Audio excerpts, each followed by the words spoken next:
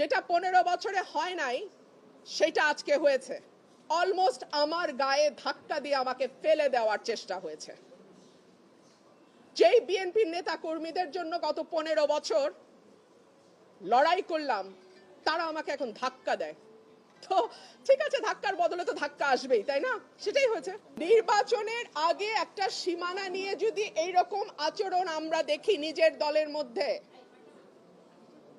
Who knows নির্বাচনে কি হবে।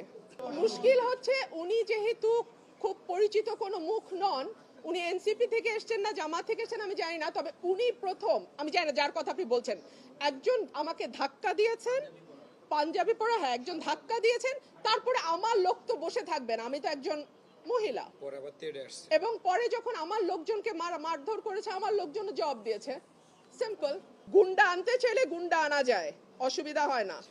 আমি ভদ্রলোক নিয়ে এসেছি, ভদ্রলোক আসবেন, কমিশনে শুনানি করবেন, রায় হবে, যেটা রায় হয় হবে। আপনারা জানেন আজকে ব্রাহ্মণবাড়িয়ার 2 এবং 3 আসনের সীমানা নির্ধারণ নিয়ে একটা গণশুনানি ছিল।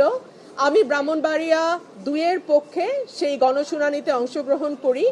আমার পয়েন্ট ছিল 4-5টা। এক হচ্ছে স্বাধীনতার 53 বছরে এই যে 3টা ইউনিয়ন, চান্দুরা, ভুদন্তি, হরসপুর, এরা ছিল সরাইলের সঙ্গে। 2008-এ তাদেরকে সরিয়ে দেয়া হয়, এই 3টা ইউনিয়নকে সরাইল উপজেলা থেকে সরিয়ে দেয়া হয়, যে কারণে দেশনেত্রী বেগম খালেদা জিয়া বারবার বলেছেন 2008-এর আগের সীমানায় আমরা ফিরে যেতে চাই। বিএনপির দাবি ছিল 2008-এর আগের সীমানায় ফিরে যাওয়া, এবং আমি আমার প্রথম আর্গুমেন্ট দিয়েছি যে যেহেতু দেশনেত্রী বেগম খালেদা জিয়া সব সময় বলেছেন যে 2008-এর আগের সীমানায় আমরা বিএনপি ফিরতে চাই, আমিও মনে করি 2008-এর আগে যে সীমানা ছিল সেইখানেই আমাদেরকে এখন ফিরে যাওয়া উচিত।